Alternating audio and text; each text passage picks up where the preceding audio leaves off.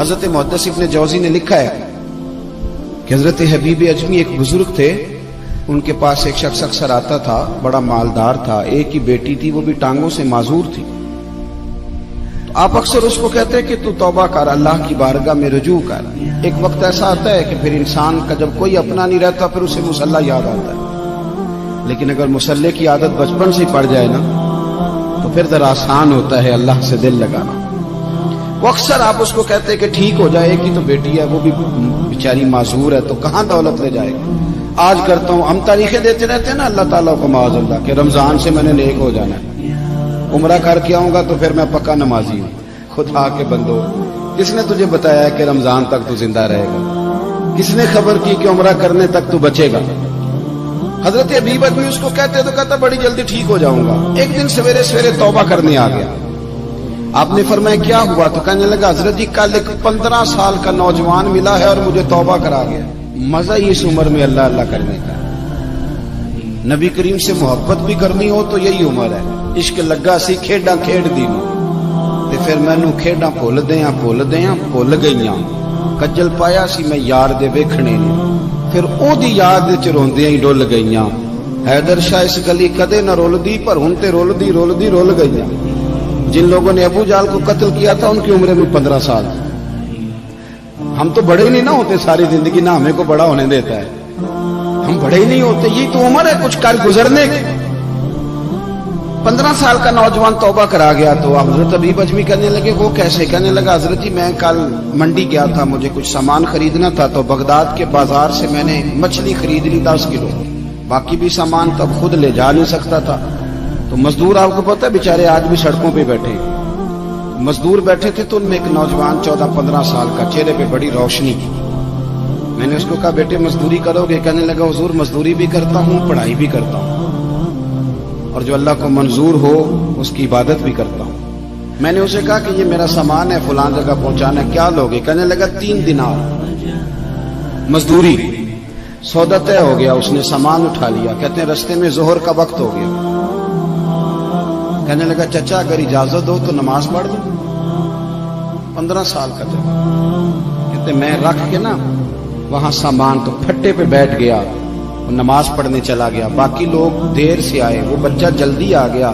میں نے کہا بیٹے آپ جلدی آ گئے؟ کہنے لگے نفل چھوڑ دیے، آپ یہی نہ سمجھ لیں کہ کام چور ہے، میں بعد میں پڑھ لوں گا۔ کہتے ہیں وہ دوپہر کا وقت، رمضان بھی نہیں تھا، میں اس بچے کو نوجوان گھر لے گیا اور میں نے اپنی بیوی سے کہا کہ بڑا نیک ہے، نمازی ہے، اور راستے میں یہ بھی ہوا ہے کہ میں نے اسے ایک دفعہ کہا ہے کہ یہ مجھے تھوڑی دیر کے لیے دے دو، گرمی بڑی ہے، تمہیں پسینہ آ رہا ہے، میں اٹھا لیتا ہوں۔ کہنے لگا نہیں چچا میں رزق حلال کھاتا ہوں، اگر آپ اٹھائیں گے تو میں 3 دینار مزدوری پوری نہیں لوں گا، پھر پیسے کم کروں گا، میں نے طے کیا ہے کہ اٹھاؤں گا۔ تو کہتے ہیں میں نے اپنی بیوی کو بتایا تو بڑی متاثر ہوئی، کہنے لگی دوپہر کا کھانا پک گیا، اسے کو روٹی کھا لے، رمضان بھی نہیں تھا۔ کہتے میں باہر نکلا، اس کو 3 دینار تھمائے، تو میں نے کہا بیٹے ایک بات میری مانو گے؟ کہنے لگا بتائیے۔ میں نے کہا کھانا پکائے کھا لو۔ کہنے لگا میں معافی چاہتا ہوں، میں نے روزہ رکھا ہوا ہے۔ حضور نے حکم دیا، حکم نبی کریم نے حکم دیا، بخاری مسلم کی حدیث ہے، فرمایا نوجوانوں اگر تمہارے پاس طاقت ہے تو نکاح کر لو ورنہ روزے رکھو۔ حکم دیا، یا نکاح اور یا روزے، یہ سرکار کا حکم ہے۔ بھائی نفلی روزہ نفس کی قوتوں کو کچلتا ہے، انسان میں نورانیت اور روحانیت لاتا ہے۔ کہتے وہ کہنے لگا میں نے روزہ رکھا ہے، میں اور متاثر ہو گیا۔ میں نے کہا آپ کیا کرو گے؟ کہیں اور جانا ہے؟ کہنے لگا نہیں، میں جس دن 3 دینار کما لیتا ہوں پھر میں مزید لالچ نہیں کرتا، باقی وقت یا قرآن مجید پڑھتا رہتا ہوں یا نبی پاک پہ درود شریف پڑھتا رہتا ہوں۔ آپ بتائیں تو میں نے کہا کہ افطار میرے ساتھ کر لو۔ کہتے ہیں میں اسے مسجد چھوڑ آیا اور خود میں لوٹ آیا۔ افطار کے بعد میں اسے لایا، کھانا کھلایا، عشاء پڑھی۔ اس کا گھر دور تھا، میں نے ڈرائنگ روم کھول دیا، بیٹھک کھول دی، وہیں وہ سو گیا۔ میری 20 سال کی معذور بچی کبھی چل نہیں سکتی تھی، کوئی طبیب کوئی حکیم میں نے چھوڑا نہیں تھا اس کو دکھایا نہ ہو۔ ایک ہی بیٹی، وہ بھی معذور پیدائشی۔ اس کے کمرے میں گئے، میاں بیوی اسے کھانا کھلا اور بتایا بیٹے ایک نوجوان ہے، بڑا نیک ہے، ہمارے گھر میں آج بڑا پرہیزگار۔ پتہ ہے حضور نے کیا فرمایا؟ نبی کریم فرماتے ہیں جب نوجوان اٹھ کے تہجد پڑھتا ہے نا، نوجوان تو اللہ فرشتوں کے سامنے اس نوجوان پر فخر فرماتا ہے. اللہ فخر کرتا ہے کہ عمر دیکھو اور دیکھو یہ میری بارگاہ. اللہ فخر کرتا ہے, اللہ یعنی خدا خود میرے مجلس کو اللہ فخر کرتا ہے. اب سوچیں, تو ہم نے اپنی بیٹی کو بتایا کہ نوجوان اور بڑا نیک ہے, تو کہتے ہیں وہ کھانا کھلا کے ہم واپس آ گئے. آدھی رات کا وقت ہوا تو دروازے پہ دستک ہوئی. بچی اپنے کمرے میں سو رہی تھی, ہم اپنے کمرے میں, وہ بیٹھے. گھبرا کے اٹھے کہ اس وقت کون ہے دروازے پہ؟ تو بیٹی کہنے لگی ابا دروازہ تو کھولنا. کہتے ہیں دروازہ کھولا تو 20 سال ہو گئے تھے بیٹی کو, کبھی اس نے چل کے نہیں دکھایا تھا, کبھی دوڑ کے ادھر جاتی کبھی ادھر آتی. کہتی الحمدللہ اللہ نے میری ٹانگیں ٹھیک کر دی. ہم دونوں رونے لگے, اے اللہ تو کتنا کریم ہے, کیسے ہوا بیٹے سارا کچھ؟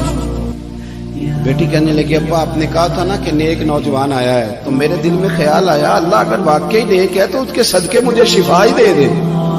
یا ایھا الذین آمنوا اتقوا اللہ وابتغوا الیہ الوسیلہ. تو کہنے لگی ابھی میری دعا بھی پوری نہیں ہوئی تو رب کریم نے فضل کیا ہے اور مجھے شفا عطا کر دی.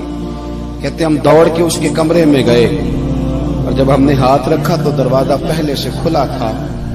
ایک خط چھوڑ گیا تھا. آج کل کے پیر کی کرامت ہوتی تو فیس بک پہ دے دیتے, باقیوں کو بھی ذرا بھول پتہ چلے. کہتے ہیں وہ خط چھوڑ گیا اپنے بستر پہ کہ اگر تم لوگوں کو مجھ سے محبت ہو گئی ہے تو میرے پیچھے نہ دوڑنا, اس رب کی بارگاہ میں جھکنا جس رب نے میرے اوپر بھی فضل فرمایا ہے اور آپ پر بھی کرم فرمایا. میرے نوجوان دوستو, یہ جو بچپنا ہمیں لوگ کہتے ہیں نا ابھی بچے ہو, ابھی جب آپ بالغ ہو گئے تو نماز فرض ہو گئی, سچ بولنا ضروری ہو گیا, رزق حلال کھانا ضروری ہو گیا, شریعت ساری کی ساری لاگو ہو. ایک تو درگزر سے کام لیں, دوسرا اپنی زندگی کے اندر خواہشات کو چھوڑیں. سادہ کھانا تو ویسے ہی انسان کو تندرست رکھتا ہے. یہ جو چکر ہم نے ڈالا ہوا ہے نا مرضیاں کرنے کا, اب موٹر سائیکل بالکل اچھی بھلی ہوتی ہے پر سفارش یہ ہے کہ ماڈل پرانا ہو گیا ہے, تو یہ تو کمزور لوگوں کی علامت.